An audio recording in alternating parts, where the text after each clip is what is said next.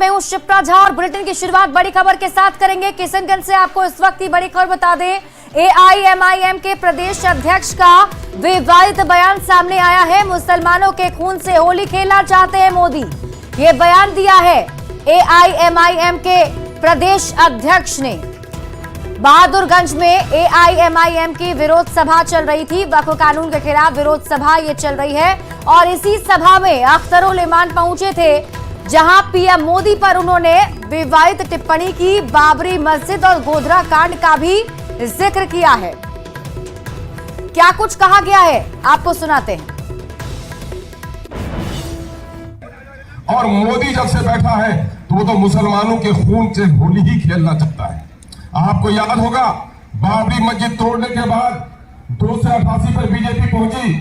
BJP ने समझ लिया कि हम कोई अच्छा काम करके तख्त हासिल नहीं कर सकते। 2002 में एक मंसूबाबंद तरीके से गोधरा में मुसलमानों की गर्दनें काटी गई। मां के सामने में बेटी की आबरू को तार-तार किया गया। बाप के सामने में बेटे के सीने पे गोली चलाई गई। दूध पीते बच्चों को आग के अंगारों के हवाले किया गया। बिल्किस की आबरू, ये बहन बेटे जो आज जिंदा है, खून के आंसू रोती है। तो सुना आपने, ये बयान दिया गया है अख्तरुल इमान की तरफ से। विवादित टिप्पणी उन्होंने की है पीएम मोदी को लेकर। एआईएमआईएम के प्रदेश अध्यक्ष हैं अख्तरुल इमान, जिन्होंने कहा कि खून से होली खेलना चाहते हैं मोदी। बहादुरगंज में विरोध सभा चल रही थी, जहां शामिल होने के लिए अख्तरुल इमान भी पहुंचे थे। वक्फ कानून के विरोध में देखिए सभा की जा रही थी।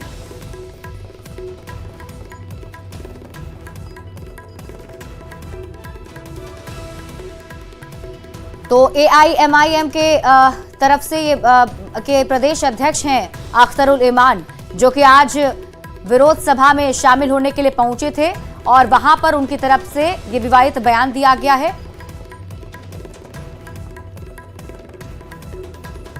और आपको बता दें कि ओवैसी के पार्टी के प्रदेश अध्यक्ष हैं अख्तरुल इमान, जिनकी तरफ से ये बयान दिया गया है। तो अख्तरुल इमान ने पीएम मोदी पर बड़ा हमला बोला है। एआईएमआईएम के प्रदेश अध्यक्ष अख्तरुल इमान आज विरोध सभा में शामिल होने के लिए पहुंचे थे। असदुद्दीन ओवैसी की पार्टी एआईएमआईएम के बिहार प्रदेश अध्यक्ष हैं अख्तरुल इमान और आज एक विरोध सभा में शामिल होने के लिए पहुंचे, जहां वक्फ कानून को लेकर विरोध जताया जा रहा था और वहां पीएम मोदी को लेकर ये विवादित बयान दिया गया है। अख्तरुल इमान के बयान पर नगर विकास मंत्री जीवेश मिश्रा ने हमला बोला है। उन्होंने अख्तरुल इमान पर सामाजिक सद्भाव बिगाड़ने की कोशिश का आरोप लगाया है। इमाम जी क्या बोलते हैं, अख्तरुल इमान जी से न पूछिएगा। हाँ, शब्दों का चयन ही अगर उनका गड़बड़ है तो अख्तरुल इमाम जी को अभी ममता दीदी से पूछना चाहिए जाके बंगाल में कि किसके खून से होली खेला जा रहा है। चिंता करें ना अख्तरुल इमान जी, अख्तरुल जी को जाकर चिंता करनी चाहिए बंगाल के अंदर। अभी अख्तरुल जी आने वाले होली की चिंता क्यों कर रहे हैं? होली के पहले तो कई त्योहार आने वाला है, उसकी चिंता करने ना वो फालतू बात करते हैं। समाज के अंदर वातावरण बिगाड़ना चाहते हैं, समाज के अंदर एटमॉस्फेयर बिगाड़ करके आने वाले चुनाव में हिस्सा लेना चाहते हैं राजद के लोग और इंडिया अलायंस के लोग। उनका ये प्राचीन काम है। बढ़ते आगे और मोतिहारी से आपको इस वक्त की बड़ी खबर बता दें। पताही सीएचसी में जमकर तोड़फोड़ की खबर मिल रही है। अस्पताल में बच्चे की मौत के बाद हंगामा किया गया। हादसे में घायल होने के बाद बच्चे को अस्पताल लाया गया था, लेकिन हॉस्पिटल में डॉक्टर मौजूद नहीं थे, जिसके बाद गार्ड और कर्मचारियों के साथ मारपीट परिजनों ने कर दी। पताही सीएचसी में बेतौना गांव के 4 साल के हरि कुमार को सड़क हादसे के बाद गंभीर हालत में अस्पताल लाया गया था। हॉस्पिटल में डॉक्टर मौजूद नहीं थे। एएनएम ने जांच के बाद एएनएम ने जांच की और उसके बाद जो पेशेंट था उसे मृत घोषित कर दिया। इसके बाद परिजनों ने अस्पताल में जमकर तोड़फोड़ मचाया है। पुलिस मामले की जांच में जुट गई है। सीएचसी प्रभारी का कहना है कि वो घटना के समय अस्पताल के बाहर गए हुए थे। और अगली खबर आपको दरभंगा से बताते हैं, जहां मारपीट का एक वीडियो वायरल हो रहा है। इस वीडियो को बिरौल थाना के रोहार गांव का बताया जा रहा है, जहां करीब 16 की संख्या में पहुंचे बदमाशों ने एक घर में घुसकर मारपीट की, जिसमें महिला, बच्चे सहित कई लोग घायल हुए हैं। बताया जा रहा है कि उपेंद्र मुखिया का बेटा राम कुमार मुखिया नशे की हालत में अपने पिता और चाचा निर्मल मुखिया से गाली गलौज और मारपीट कर रहा था, जिसके बाद परिजनों ने राम कुमार की भी पिटाई कर दी, जिससे नाराज होकर राम कुमार ने अपने ससुराल फोन कर करीब 16 लोगों को बुलाकर अपने चाचा निर्मल मुखिया के घर पर हमला करा दिया, जिसमें कई लोग घायल हुए हैं। ग्रामीणों ने 4 बदमाशों को पकड़ लिया है, जबकि बाकी बदमाश फरार हो गए। 12 को ग्रुप था, सब हथियार के साथ आया था लूटने के लिए। जिसको विवाह हो रहा था उसके मर्डर करने के लिए आया था। सब पूरे गांव वाले को हल्ला किया हूँ। जब जा इकट्ठा हुआ तो गाड़ी घोड़ा छीन के रखा है और उसके बाद वो सब भाग गया है। सब कितना संख्या में लोग आया हुआ था? 15-16 था सर। दिन में आयल छलखिन, 12 गो ग्रुप छले, आयल छले, अथी गाड़ी छीने लगले कि बस झमार के गिरा देलके हना, बस गारा में का घींच के बस भागते रहे। और इसी बीच आपको बड़ी खबर लखीसराय के सूर्यगढ़ा से बताते हैं, जहां लव जिहाद का मामला सामने आया है, जहां क्लर्क कमाल अशरफ पर यौन शोषण और धर्मांतरण के लिए प्रताड़ित करने का आरोप लगा है। आरोपी शिक्षा विभाग स्थापना शाखा में क्लर्क के तौर पर काम करता है। वहीं पीड़िता ने कमाल अशरफ पर 13 साल तक यौन शोषण करने, धर्मांतरण करने, नमाज पढ़ने और एक अन्य शिक्षक के साथ शारीरिक संबंध बनाने के लिए प्रताड़ित करने का आरोप लगाया। पीड़िता के मुताबिक आरोपी ने सुमित बनकर उसे प्रेम जाल में फंसाया था और जब उसने शादी के लिए दबाव बनाया तो आरोपी ने उसे प्रताड़ित करना शुरू कर दिया। धर्मांतरण के लिए दबाव बनाया, इतना ही नहीं, आरोपी ने उसके साथ बेरहमी से मारपीट भी की। आरोपी पहले से शादीशुदा भी था। फिलहाल पुलिस मामले की जांच कर रही है। पूरा मामला यही था कि मैं 2012 में कमाल अशरफ ने अपना नाम सुमित बता के मुझे प्रेम जाल में फंसाया था एंड मैं चली गई थी। मैं उस टाइम 16 साल की थी, मुझे कोई जानकारी नहीं थी और मैंने ना ही कुछ छानबीन की थी। उसके बाद 2014 में मुझे पता चला था कि जब मैं प्रेग्नेंट थी तब मुझे पता चला कि वो मुस्लिम धर्म से बिलोंग करता है एंड उस टाइम मैं प्रेग्नेंट थी, इस वजह से मैं ज़्यादा अपोज नहीं कर पाई और मुझे लगा कि मैं जाऊँगी भी कहाँ। एंड फिर उसके बाद फिर बेबी होने के बाद मैंने उस पर शादी का दबाव देना स्टार्ट किया, क्योंकि उसने शादी नहीं कर रखी। तो 2014 में मुझे ये भी पता चला कि उसके 5 बच्चे ऑलरेडी हैं, उसकी शादी हो रखी है पहले से। जो है सूरजगढ़ा में थाना दर्ज कराई है। उन्होंने बताया कि मेरे साथ जो है उनका पति जो समुदाय दूसरे समुदाय के हैं उनके साथ वो प्रताड़ित कर रहे हैं और अपने समुदाय के हिसाब से वो चलने के लिए कहता था। पहले एक्चुअली दोनों में लव मैरिज हुआ था, दोनों भाग के शादी किए थे। शादी के उपरांत जो है करीब 2012 के केस हुआ उसमें लड़की भागने का, फिर कोर्ट में उसका बयान हुआ और उसके बाद फिर साथ में रहने लगा। उससे एक बच्चा भी है दोनों का। बीच में दोनों में क्या हुआ नहीं हुआ, लेकिन उन्होंने आरोप लगाई है कि ये जो है अपने समुदाय के हिसाब से चलने के लिए कहता है। और बड़ी खबर अब पटना से आपको बताते हैं, जहां सरेआम अवैध हथियार लहराते युवक का वीडियो वायरल हो रहा है। इस वीडियो में 4 युवक हाथ में पिस्टल और बंदूक लहराते नजर आ रहे हैं। वीडियो में दिखाई दे रहा है युवक दुभारा गांव के रविशंकर कुमार उर्फ चोरबा, कादिरगंज थाने के पंडितगंज गांव के राकेश कुमार, बबलू और धनरुआ के दीपक कुमार बताए जा रहे हैं। पुलिस अब वायरल वीडियो के आधार पर आरोपियों की तलाश में जुट गई है। हालांकि न्यूज 18 इस वायरल वीडियो की पुष्टि नहीं करता। खबर बेगूसराय से है, जहां विद्यालय ट्रांसफर को लेकर ग्रामीणों ने स्कूल में ताला लगाकर जमकर हंगामा किया है। आक्रोशित ग्रामीणों ने जिला शिक्षा पदाधिकारी के खिलाफ धरना दिया। ग्रामीणों ने जिला शिक्षा पदाधिकारी पर भ्रष्टाचार का आरोप लगाया। लोगों ने प्रभारी शिक्षा पदाधिकारी विजय मालाकार को बंधक भी बना लिया। मामला भगवानपुर प्रखंड के तकिया पंचायत में एकमात्र राजकीयकृत मध्य विद्यालय का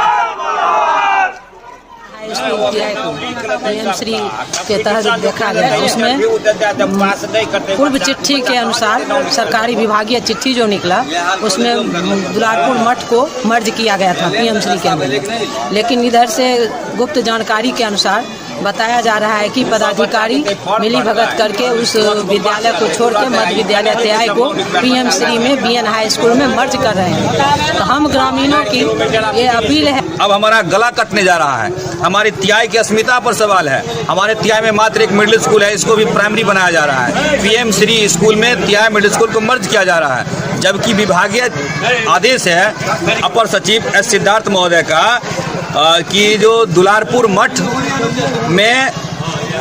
मठ को बीएनएच हाई स्कूल TIPM श्री में मर्ज किया जाए, जहां से सुरक्षित बच्चे आएंगे और सुरक्षित बच्चे पढ़ के वहां से चले जाएंगे। लेकिन मेरे पंचायत का, जो कि मेरे हाई स्कूल में जो मेरे पंचायत में वो हाई स्कूल भी नहीं है, मेरे पंचायत के बच्चे को उस हाई स्कूल में मर्ज करने की तैयारी है। तो तय किया गया था, तो ये उच्च स्तरीय लेटर था, अभी प्रक्रिया में चल रही है। मगर इन लोग को कहना है कि नहीं ये काम पूरा हो चुका है, जबकि जो बातचीत के क्रम में उच्च पदाधिकारी SDM सर से भी और जिला शिक्षा पदाधिकारी से बात के दौरान ये बताया गया लोगों के बीच में हैंड स्पीकर फ्री करके कि ये प्रक्रिया में अभी नहीं गया है, अभी एक प्रस्ताव आया है।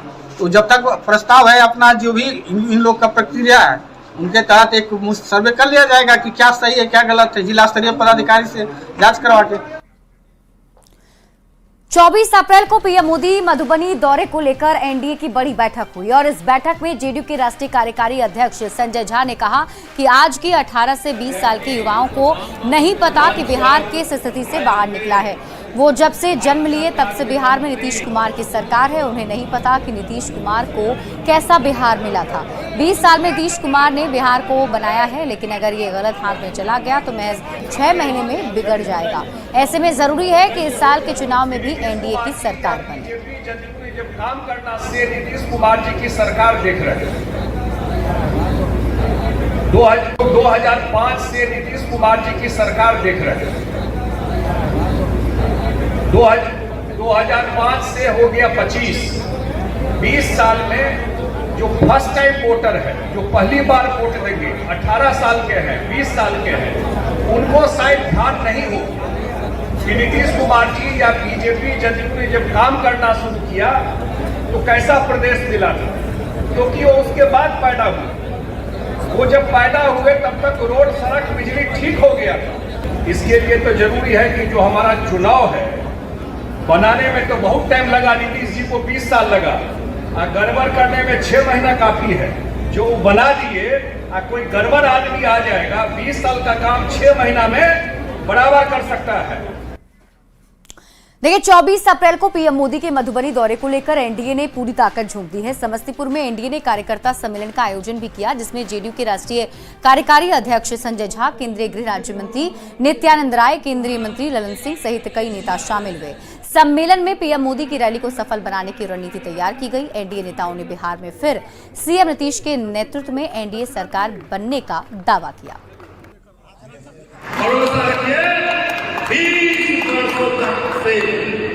यहाँ एनडीए की सरकार और जिसके मुख्यमंत्री नीतीश कुमार जी हैं, आगे भी नीतीश कुमार जी ही मुख्यमंत्री रहेंगे। दुनिया में कोई बात नहीं कर सकता है। और इस पूरा मिथिला एरिया, कोसी एरिया के लोग उस कार्यक्रम में आएंगे। आदरणीय मुख्यमंत्री नीतीश कुमार जी भी इस कार्यक्रम में रहेंगे और इस क्षेत्र के लिए बहुत खुशी की बात है।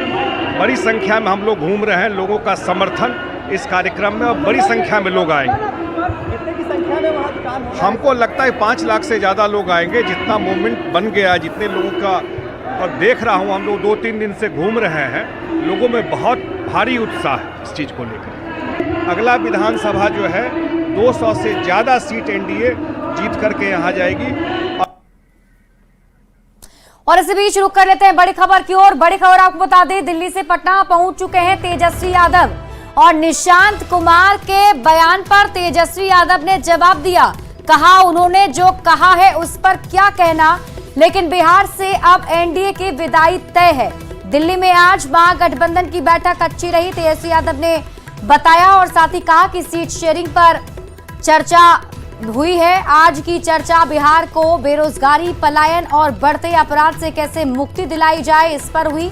लालू प्रसाद की सेहत की भी तेजस्वी यादव ने जानकारी दी। कहा लालू जी की सेहत में काफी सुधार हुआ है, उम्मीद है कि बहुत जल्द स्वस्थ होकर वो पटना आ जाएंगे। मुलाकात हुई है और पहले से सेहत में सुधार है काफी, और हमको लगता है कि जल्द पूरी तरह से स्वस्थ होकर के जो है वापस पटना आ जाएंगे। 17 को पटना मीटिंग, 17 को पटना में मीटिंग, वो तो पहले से था 17 का, और आज हम लोग सब लोग मिलके कांग्रेस के साथियों के साथ राहुल जी हो, खड़गे जी हो, प्रभारी हो, सब लोग बैठे थे हम लोग।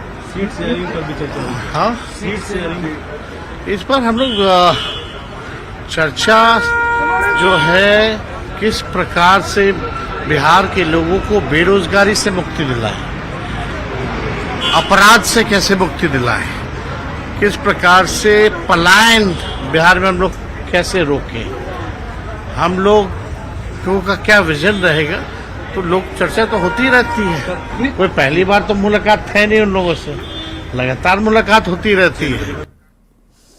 बढ़ते आगे, मुंगेर के तारापुर ब्लॉक के माधोडी में 11 दिवसीय 1008 महारुद्र यज्ञ का शुभारंभ हो गया है।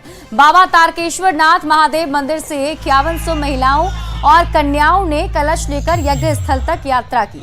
बिहार में पहली बार कलश शोभा यात्रा के दौरान हेलीकॉप्टर से पुष्प वर्षा की गई है। 26 अप्रैल को महारुद्र यज्ञ का समापन होगा।